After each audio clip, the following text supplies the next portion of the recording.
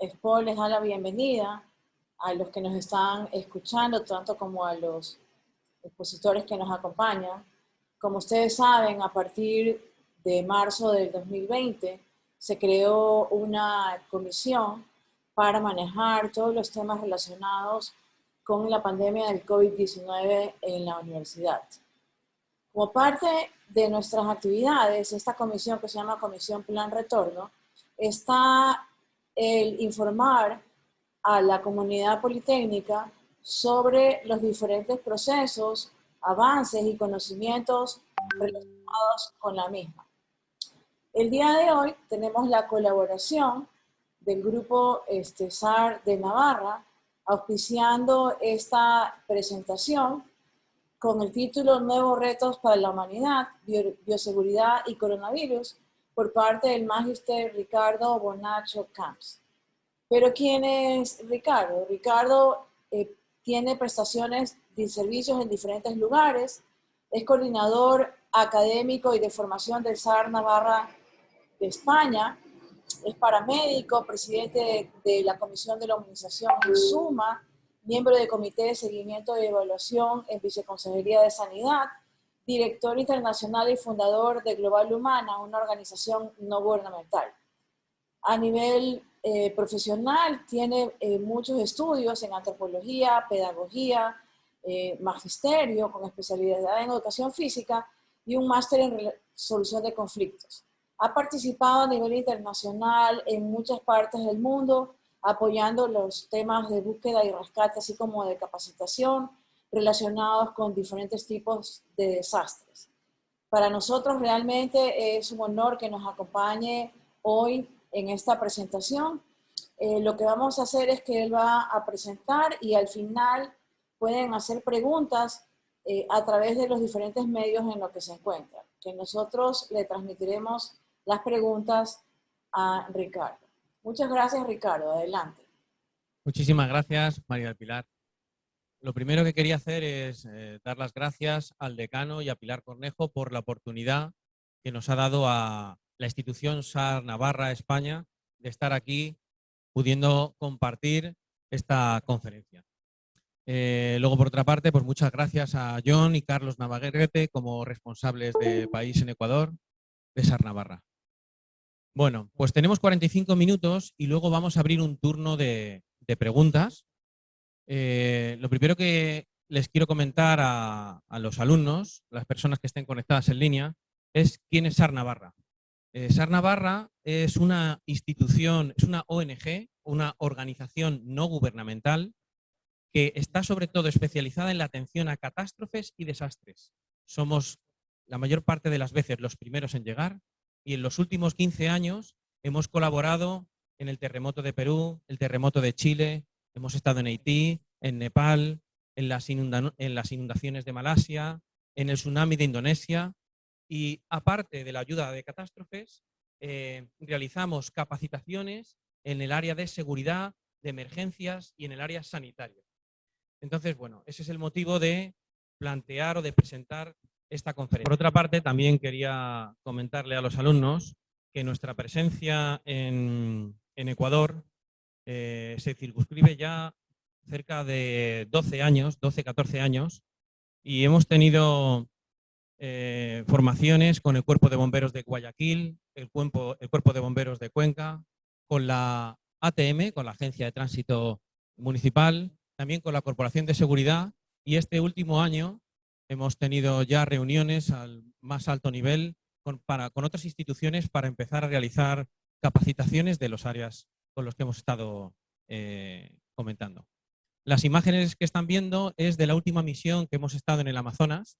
España colaboró con el país, con Bolivia, mandando un contingente de ayuda humanitaria formado por 15 bomberos y, bueno, después de realizar las labores de extinción y de mitigación, realizamos las primeras jornadas internacionales de forma conjunta con bomberos y voluntarios de todas las instituciones relacionadas con los incendios y la prevención en el país. Y bueno, algunas de las imágenes que están viendo son de los dispositivos de bioseguridad que ha llevado a cabo SAR Navarra en la ciudad de Pamplona para instituciones públicas y privadas.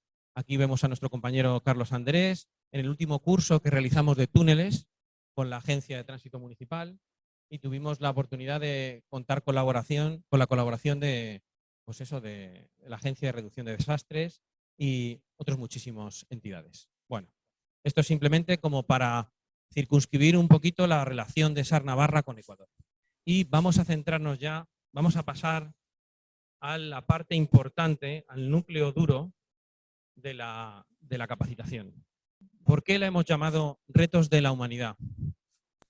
Porque realmente a lo que nos enfrentamos ahora es algo que la historia nos ha ido recordando y repitiendo, que cada cierto número de años ocurre una situación que pone en peligro la vida de grandes núcleos poblacionales. Entonces, aquí estamos viendo los retos de la humanidad. Vemos una serie de logos que vamos a explicar desde cuándo este logo de aquí, del Sistema de Naciones Unidas, tiene relación con nosotros, y estas son las entidades que avalan los contenidos de la ponencia. Bueno, ¿qué entendemos por bioseguridad? La bioseguridad son todos los principios, las normas y las prácticas que se implementan para evitar el riesgo de contagio y el riesgo de afectación a nuestra salud. Desde el hecho de utilizar unas gafas protectoras a un escudo facial o unas mascarillas a nivel FP3 o unos guantes de protección, forman parte de esas condiciones de bioseguridad que todos debemos tener en cuenta, y mucho más pues cuando volvamos a esa normalidad, esperemos que después del verano. ¿Qué quiero reflejar con esta imagen? 4.000 millones de años, los virus, las bacterias, los hongos y organismos unicelulares y pluricelulares llevan en el mundo más de 4.000 millones de años. El ser humano lleva solo 5 millones de años. ¿Qué significa esto? Que nos lleva mucha ventaja todos los tipos de microorganismos. De 4.000 millones de años a 5 millones de años que estamos nosotros en la Tierra. Bueno, pero no estamos solos. No estamos solos en la Tierra. Los animales y todos los órdenes de la naturaleza parece que han desarrollado mecanismos adaptativos mucho más evolucionados que nosotros, por supuesto, porque llevan más tiempo que nosotros. En el caso de los tiburones, vemos cómo han desarrollado relaciones de parasitismo y simbiosis con otras formas de vida. Por ejemplo, el pájaro carpintero vive en una zona donde solo puede habitar en este tipo de árbol. O, por ejemplo, el pez payaso solo puede existir porque pone sus huevos en la anémona, que es urticante para el resto de especies, excepto para él. Y así, las fuerzas de la naturaleza, junto con los órdenes de insectos y las aves, están en equilibrio, en una adaptación constante. Pero ¿dónde estamos nosotros?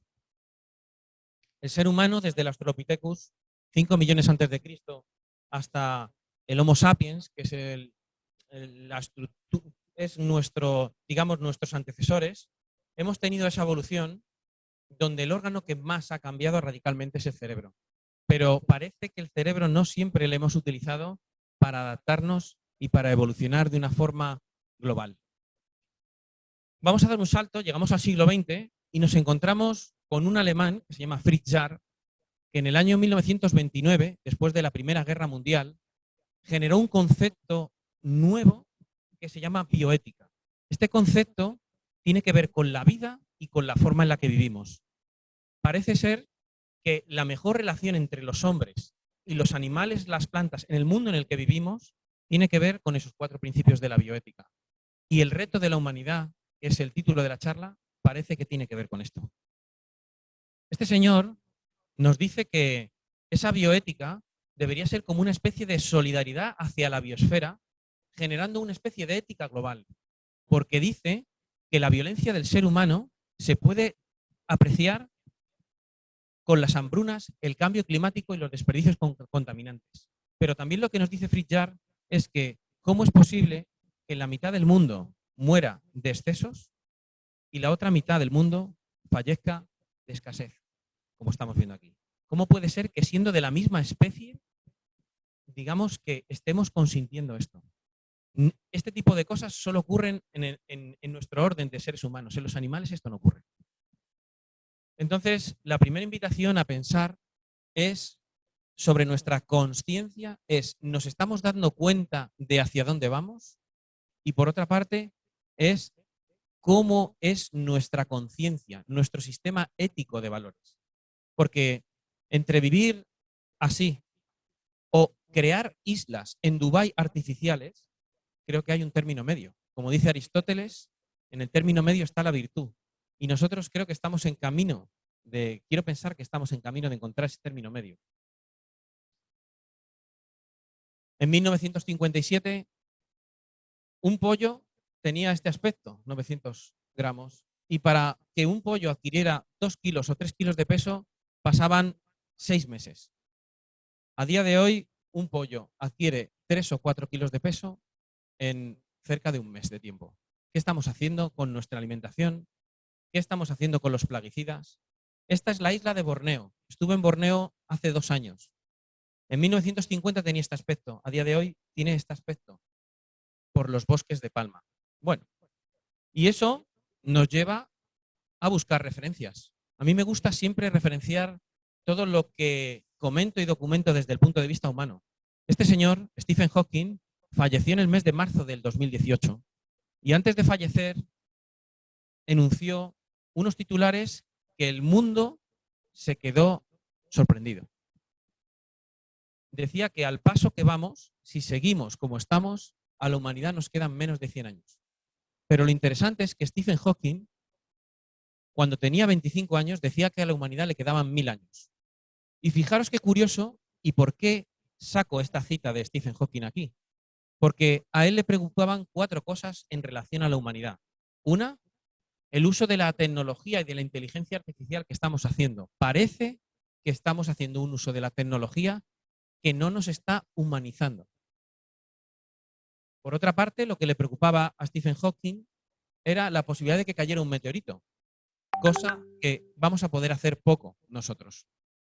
La tercera cosa que enunció antes de fallecer era que le preocupaba la modificación genética de los alimentos, de las plantas y lo que se llama el genoma humano. A ver a dónde nos lleva. Y fijaros qué curioso. Lo tercero que hizo referencia era la posibilidad de que hubiera un incidente nuclear, radiológico, biológico o químico. Como elemento biológico tenemos nuestro coronavirus de noviembre en Wuhan, en China, del 2019. Bueno, entonces, ¿esto a dónde nos lleva?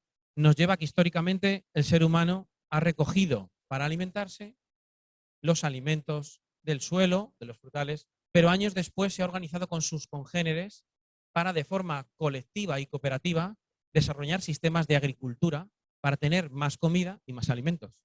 No es lo mismo guiarnos de nuestros impulsos más básicos, lo que se llama nuestros instintos, para alimentarnos, aquí ya vemos en esta imagen, que años después desarrollar sistemas de agricultura o de ganadería extensiva y colaborar con más gente. Pero el ser humano nos lleva a que de cada interacción, cada vez que nos relacionamos con otro ser humano, tenemos que decidir entre colaborar o competir, entre ayudar o someter, entre persuadir y luchar, entre empatizar. Evidentemente, trabajar en esta línea es muchísimo mejor que en esta. Y la historia nos lo ha demostrado. Y si alguna vez hemos olvidado que es mejor colaborar que competir, llegamos a esto. La historia de la humanidad ha tenido momentos violentos y estoy haciendo esta revisión antropológica histórica para que entendamos el momento tan importante en el que estamos. La historia de la humanidad ha tenido momentos violentos en todas las culturas, en todas las civilizaciones a lo largo de la humanidad, hasta que llegó este momento. Estas imágenes son de Berlín. Entre 1939 y 1945 se produce la Segunda Guerra Mundial. No había existido un conflicto armado globalizado que llevara a este resultado. 70 millones de muertos en tan solo 6 años. Eso demuestra la capacidad destructiva del hombre contra el hombre. ¿Qué es lo que ocurre y qué instituciones se crean después de la Segunda Guerra Mundial? Después de la Segunda Guerra Mundial, primero inicialmente 25 países y posteriormente 193, se unen para promover la paz, el desarrollo económico y el desarrollo social. ¿Y saben qué es lo que se crea? El sistema de Naciones Unidas, que es este logo, con un montón de agencias por cada área de la humanidad que necesita ser reforzado. ¿Qué significa? Y aquí llegamos a este logo. Este logo es de la OMS, Organización Mundial de la Salud. Significa que a nivel global hay una preocupación mundial sobre todo lo que tiene que ver con la salud. Igual que con la infancia o los refugiados, y todas estas agencias de Naciones Unidas se financian a través del Fondo Monetario Internacional y el Banco Mundial. Estábamos en que por cada área de la humanidad se genera una agencia de Naciones Unidas para intentar velar por qué es lo que pasa en el mundo. De hecho, si se dan cuenta, todos los logos de Naciones Unidas tienen una parte común, que es los laureles, que simbolizan el triunfo de la paz. La parte del fondo están los continentes del mundo, pero desde el polo norte, se ve desde el polo norte. ¿Y eso qué significa? Que Naciones Unidas quiere dar a entender que es una entidad que va a velar por lo que pasa en todos los lugares del mundo. Y lo que vemos en el centro es un punto de mira de un arma, que lo que intenta decirnos es que la seguridad y la paz están relacionadas. No puede haber sensación de seguridad si no tenemos paz. Bueno, se crean todas estas agencias y tienen que pasar unos años hasta que todos estos documentos que se formulan a lo largo de la segunda mitad del siglo XX generan una serie de valores que crean una ciudadanía.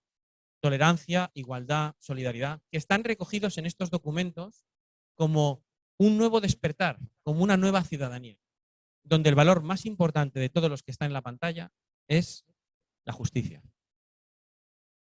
Parece que la justicia, concebida como reducir la desigualdad, es el valor más importante para seguir avanzando como humanidad.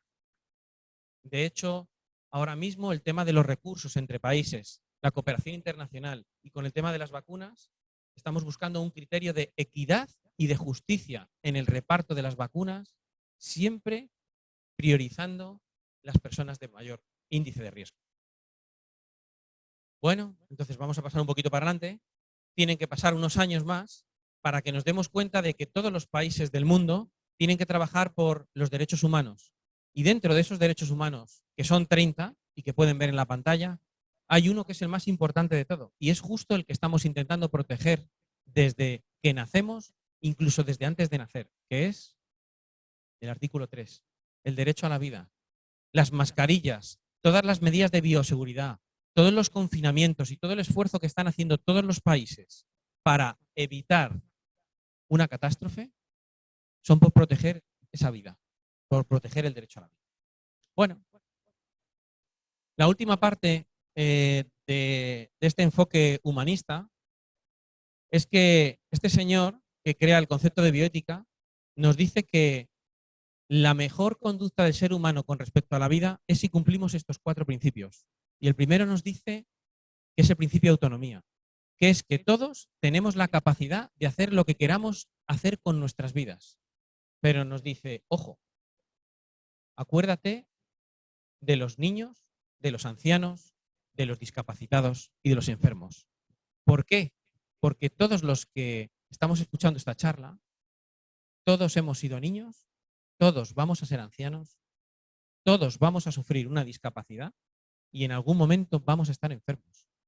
Este principio es el principio de haz lo que quieras con tu vida, pero ocúpate de los que no pueden ocuparse del resto. El segundo, fijaros, qué coincidencia, ¿verdad? El tema de los 30 artículos de derechos humanos, el tema de los valores, la justicia. La justicia es disminuir la desigualdad en todas sus formas. Tercer principio, el principio de beneficencia, que es que todos tenemos la obligación de actuar en beneficio de otros. De hecho, las mascarillas nos protegen por el beneficio común. Hay un beneficio que está por encima del individual y en este caso está presente. Y el último principio, que es tenemos que intentar evitar cualquier acto que perjudique o cause algún daño. Bueno, haciendo esta revisión de estos principios que cambian nuestro concepto de humanidad, llegamos a algunos términos que es importante que manejemos. ¿Qué es una pandemia y qué diferencia hay con un brote epidémico o una epidemia? Si miramos a la pizarra, entendemos que un brote epidémico es una aparición repentina de una enfermedad que se conoce, pero con más frecuencia de lo que se cabría esperar. ¿De acuerdo?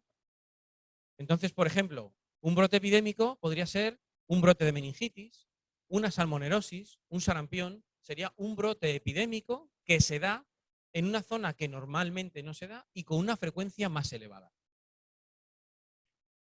Como el cólera, el sarampión, la rabia, la peste, como brote epidémico. Siguiente concepto, epidemia. Ya, ¿cuándo empezamos a hablar de epidemia en esta última parte del siglo XX? La epidemia es cuando una enfermedad se propaga de forma activa, de forma rápida, y el brote se mantiene en el tiempo porque no se encuentra una solución. ¿Cuándo es la primera vez que hablamos de una epidemia en los años 80? Con el virus del SIDA, virus de inmunodeficiencia adquirido. El virus del SIDA, en 1981, se quedó de forma permanente, no como un brote o algo estacionario. Y se produjo por un salto en una zona de África, porque esto que estáis viendo en esta imagen aquí es un grupo de personas africanas comiendo un mono a la parrilla o mono a la brasa. Durante cientos de años, parece, el virus del VIH solo lo desarrollaban los monos y su sistema inmunitario les defendía. Pero el salto de los virus del entorno animal a nuestro entorno como seres humanos es lo que se ha producido a lo largo de la historia. Y en este caso, en 1980, hubo 75 millones de afectados por el virus del SIDA y produjo 30 millones de muertos. Ya en 1980 tenemos esos referentes. Saltamos al año 2014. En el año 2014, y como siguiendo con nuestro concepto de epidemia, aparece el ébola. Un estudio científico en Gabón, en África, demuestra que se encontraron perros salvajes con el virus del ébola que pasaron a través de la alimentación al ser humano. El virus del ébola afectó a más de 30.000 personas en 2014 en África y con una tasa de letalidad de 11.000, casi un 33%. 1 de cada 3 que los contraían fallecía. Año 2014. Este virus se transmite por contacto directo por los fluidos corporales. Y si hacemos un repaso del concepto de pandemia, entendemos por pandemia la propagación a nivel mundial de una nueva enfermedad de la que no existe vacuna, no hay estudios previos y no hay medicinas. De hecho, los antecedentes de pandemias a nivel global se remontan a la peste negra en el siglo XIV, que se llevó a 150 millones de personas. 150 millones de personas. El virus de la viruela, en 1492, cuando se produjo la colonización de América, los europeos también trajimos nuestras enfermedades y dicen que se produjeron 30 millones de fallecimientos. Y la gripe española, no sé si lo veis ahí en la pantalla, ¿sí? La gripe española, el número de muertos, ¿viene ahí en la pantalla?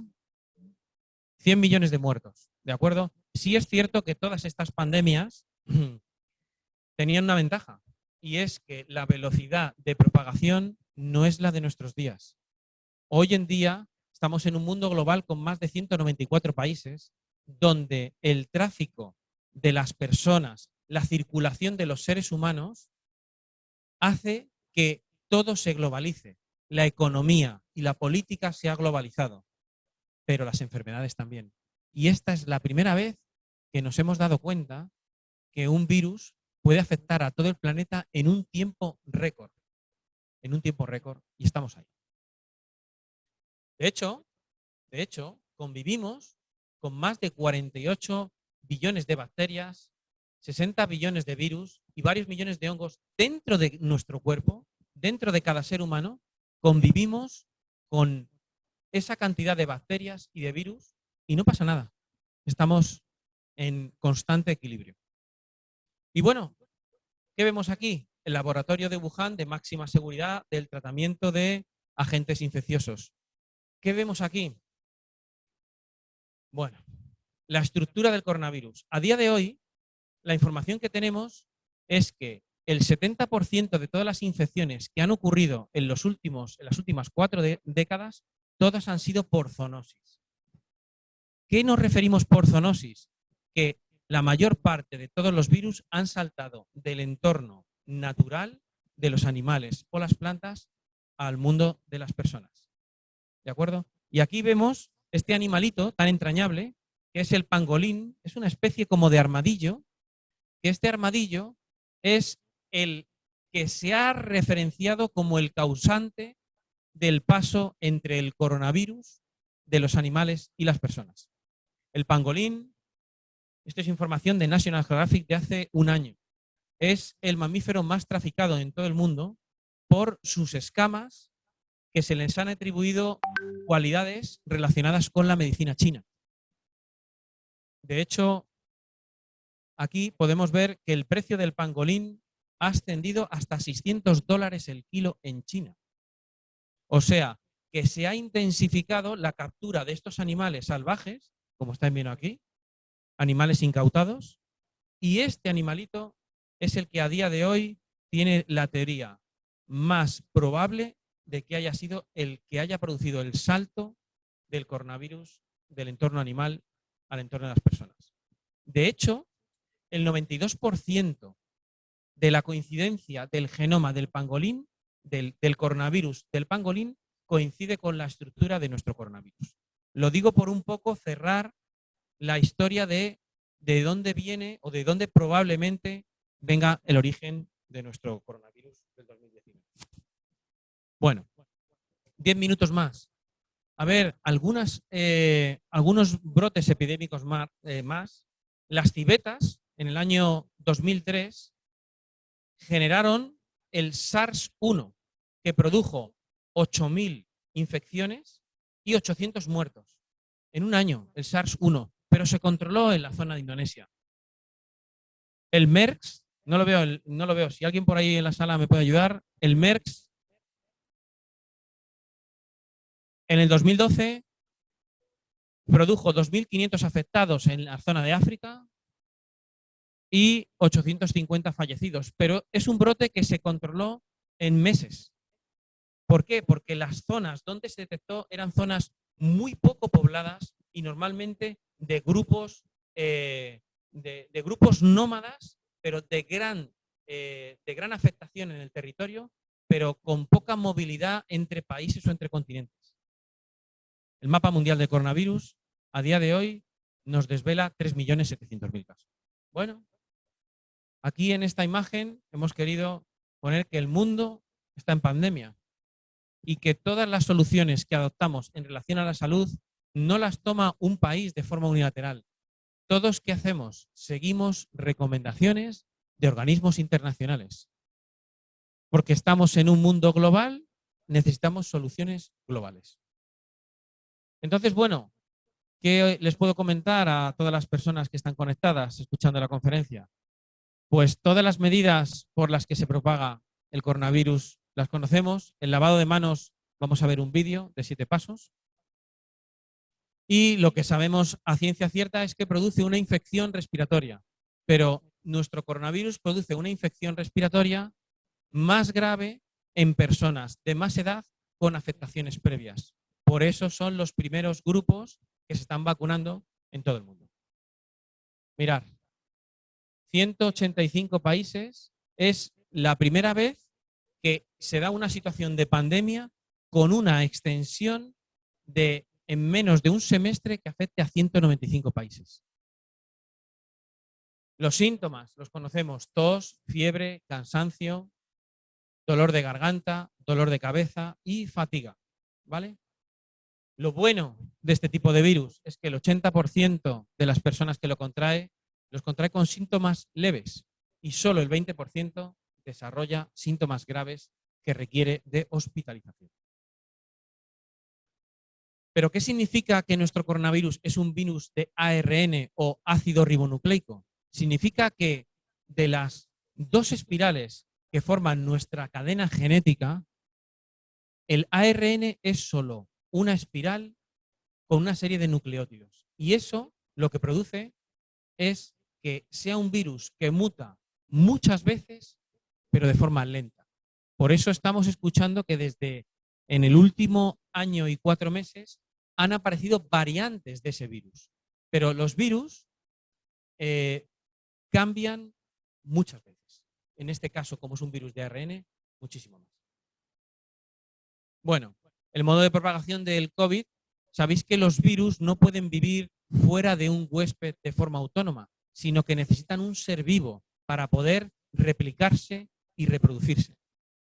De esa forma, esas gotículas que quedan en suspensión cuando estamos hablando o cuando tosemos son las que pueden portar esas partículas del COVID. ¿Sí? Vale, muchas gracias. Vale, de acuerdo. Entonces, ¿qué sabemos? Que debemos evitar tocarnos los ojos, la nariz y la boca siempre que no tengamos desinfectadas las manos. Y sabemos qué pasa con las personas que no muestran síntomas. Ese es uno de los problemas clave de esta infección. Que, disculpad, voy a pasar aquí, el 43% de las personas que contraen el virus no tienen síntomas. Una enfermedad que no da la cara en un porcentaje tan elevado es muy difícil de seguir y es muy difícil de llevar el control, porque casi la mitad de los afectados no se van a saber que están afectados. Es otra de las complicaciones por las cuales la propagación del COVID ha sido tan bestial desde noviembre del año 2019, que apareció el brote en Wuhan. Apareció públicamente el brote en Wuhan, pero no sabemos en realidad cuántos países tenían ya miembros infectados. Eso no lo sabemos. A día de hoy no tenemos esa información. Por eso, desde que se ha declarado la pandemia y utilizamos las mascarillas en el espacio público, debemos tener en cuenta que el tiempo en el que sobrevive el virus con esas gotas, esas partículas en superficies, varía en función de la porosidad de esa superficie. De tal forma que en el papel o en los pañuelos hablamos de que puede estar el virus activo durante 3 horas, pasando por madera, tela, cobre, acero inoxidable, plástico, polipropileno, hasta 7 días que puede mantenerse las partículas del COVID en nuestra mascarilla. ¿Por qué? Por la humedad. Por eso nos dicen que cada 4 horas deberíamos desechar la mascarilla o siempre que apreciáramos humedad en ella misma. Y bueno, vamos a ver, son y 40. Vamos a ver que nosotros nos movemos en un mundo en el que, aparte de nuestra higiene y nuestras medidas de bioseguridad personales, tenemos que saber qué es lo que pasa con nuestras casas, nuestros centros de trabajo, nuestros vehículos. Hay una serie de medidas de limpieza, higienización, sanitización y esterilización. He hecho un simple recorrido rápido para que tengamos claro los distintos niveles de eficacia y de eficiencia de la limpieza en función del método que utilizamos. Resumo, la esterilización es la que se produce sobre todo con el material instrumental quirúrgico, es la limpieza, la desinfección más extrema que existe, porque se somete a queda libre de microorganismos el 100% de todos los elementos que se meten a presión dentro de esta matachana, de esta máquina de desinfección, pero destruye todos los tipos de microbios, pero claro, no podemos utilizar este tipo de limpieza tan agresiva para nuestras casas, nuestros centros de trabajo. Entonces, ¿qué habla, por ejemplo, de dónde vamos a tener más probabilidad de gérmenes patógenos? Siempre en la cocina y en los baños. ¿Qué utilizamos en las cocinas y en los baños? La desinfección. La desinfección es destruir los microorganismos inmediatamente según van apareciendo. Y los productos desinfectantes, aunque no eliminan las esporas, eliminan la mayor parte de los patógenos que están presentes en los aseos y en las cocinas. Y el proceso de higienización es el que tiene que ver con los ácidos, con los humectantes o con los jabones neutros, o en este caso con productos desinfectantes como la lejía y el amoníaco, por separado, por supuesto, que tanto nos está ayudando la lejía para combatir todas las superficies de contacto de esas partículas de coronavirus. Y, por último, las sustancias virucidas, biocidas, que en este caso esto sería un cañón de ozono, que el ozono se lleva utilizando para desinfectar, para conservar y como biocida general ya desde hace más de 30 años. Y según la OMS tiene una efectividad de más de un 99%, elimina los virus en 20 segundos. El problema es que nosotros no podemos compartir el espacio con las máquinas o con los cañones de ozono, sino que tenemos que estar siempre a la espera. Muchos vehículos policiales, ambulancias e instalaciones públicas y privadas en España se están desinfectando con cañones de ozono. ¿Por qué? Por su barato coste y porque una habitación relativamente grande se puede desinfectar con un cañón de ozono con 6 o 10 minutos prendido o en marcha. Porque una cantidad de ozono muy pequeñita limpia y desinfecta un volumen muy grande de espacio. Más los geles desinfectantes que siempre, para que sean útiles, deben tener como mínimo un 70% del alcohol para poder destruir esa capa grasa de esa membrana de ese coronavirus. Y bueno, la lejía, importante para las superficies siempre para evitar su evaporación en proporción de 1 a 50, una parte de lejía a 50, sería como una concentración o una dilución del 2%, y siempre con agua fría para evitar la evaporación. Siempre uso de agua fría. Y las mascarillas, sabéis todo el debate, de toda la problemática que ha habido con el uso de mascarillas FFP2, FFP3 o mascarillas quirúrgicas o sanitarias. FFP significa Filtering Face Space, significa pieza de cara filtrante.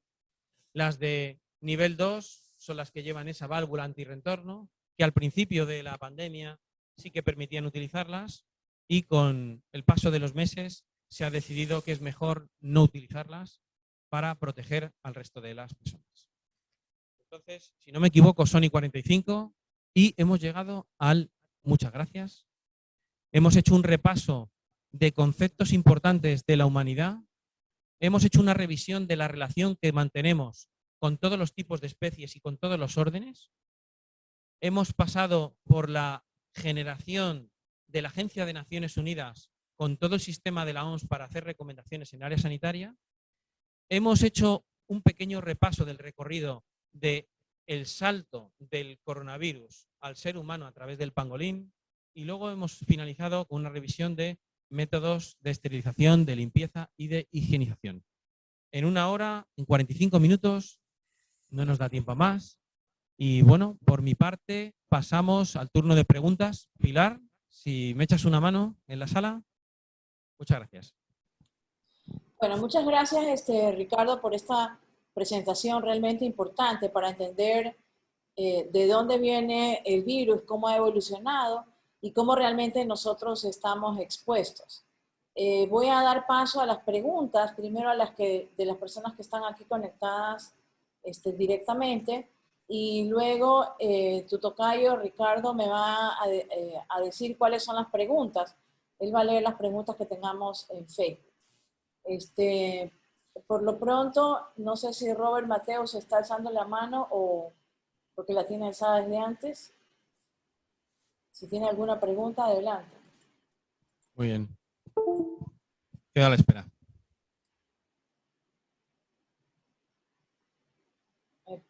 Parece que no. Sí, adelante. Ah, bajó la mano. Bueno, yo sí tengo una pregunta. Adelante. Siempre uno de los problemas graves que tenemos en Ecuador es que la gente le hace caso más a lo que dicen las redes sociales que a lo que dicen los expertos. Entonces, y también muchas veces los temas depende del contexto, ¿no? Dependen de si yo estoy en un país donde hay un proceso de vacunación más rápido a uno que esté más lento. Entonces, el tema de la mascarilla. El tema de la mascarilla es, pero ya estoy vacunado, me saco la mascarilla. ¿Cuál es la recomendación? A ver, hay, en relación a, muchas gracias Pilar por la pregunta, porque has tocado 3 o 4 temas importantes. Voy a empezar por el último que me has comentado, el uso de la mascarilla. Durante unos meses vamos a tener que convivir personas que ya han terminado su pauta de vacunación y personas que no han terminado esa pauta. Tenemos que entender que ese proceso es lento y que muy poco a poco se irán produciendo medidas de desescalada en función del porcentaje de vacunados en cada país. Sí es cierto que Israel es el primer país que ha terminado una pauta de vacunación completa y están ya sin mascarillas, pero es un país con una menor tasa de población, es un país relativamente pequeño en cuanto al número de habitantes en relación a Estados Unidos. Entonces, lo siguiente, compartir la información por redes sociales. El problema es que los expertos, para dar una información veraz y cierta, necesitan confirmar a través de estudios y con pruebas de doble ciego que realmente esa información es cierta. El problema es que la sociedad científica necesita unos tiempos que las personas, por impaciencia, por nervios, por agitación, no esperan. Y ese problema lo hemos tenido también en España, que se han denominado las fake news, noticias falsas o información falsa que convive con la información verdadera. Lo que se ha hecho a nivel estatal es, de alguna forma, todos esos rumores que no están fundamentados ni argumentados, a través de expertos en televisiones y en programas científicos validados, sacarlos a comentar y escuchar la opinión de los expertos. Eso de alguna forma ha atajado la sensación de incertidumbre de las personas, porque ellos escuchan lo que denominamos un bulo o una información falsa y luego a los pocos días la televisión, la radio, los medios científicos buscan esa alianza con la parte estatal para poder desmentir o poder corregir o dar información veraz en relación a eso que está ocurriendo. Tenemos que ser más certeros, la comunidad científica. No sé si me habías hecho alguna pregunta más. No, gracias, ahí está bien. ¿Alguien que quiera hacer alguna pregunta? No tenemos preguntas en Facebook, parece que ha sido muy clara la presentación. Adriana, no sé si tiene una pregunta. Adriana, buenos días.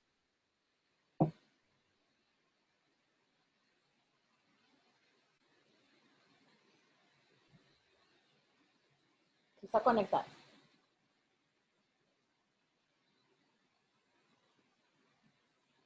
No tiene voz, No tiene audio. audio.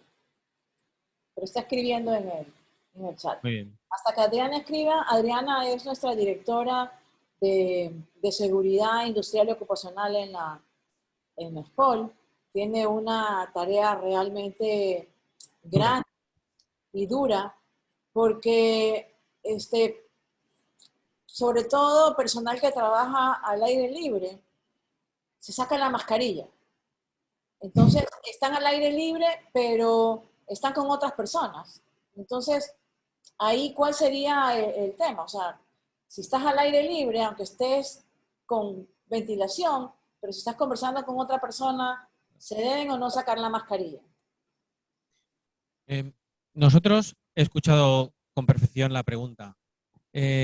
Nosotros, tanto empleados públicos como privados, como me estás comentando, en espacios abiertos, siempre lo que se intenta es que siempre que estén acompañados, estén con la mascarilla.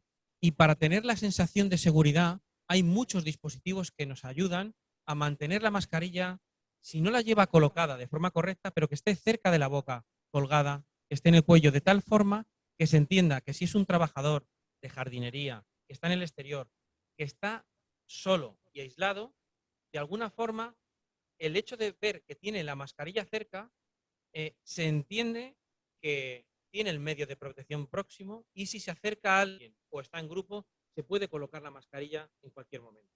Yo entiendo que estamos en un momento delicado. Los altos porcentajes de temperatura y de humedad dificultan los trabajos en el exterior, pero tenemos que intentar tener conciencia de llevarla siempre puesta en exterior, aunque estemos solos. Pero es un trabajo duro. Tenemos una pregunta en Facebook que dice, me gustaría saber qué tan importante es, aparte de usar la mascarilla o doble mascarilla, el uso de visores, esos face shields, y en qué medida contribuye a la protección contra el virus. A ver, los lugares por los que se absorbe las gotículas del virus son por todo nuestro tejido conectivo y por los ojos. Evidentemente, el escudo facial o las gafas de protección de cristal neutro o de policarbonato evitan que esas partículas que exhala una persona puedan acceder a través de los ojos. ¿De acuerdo?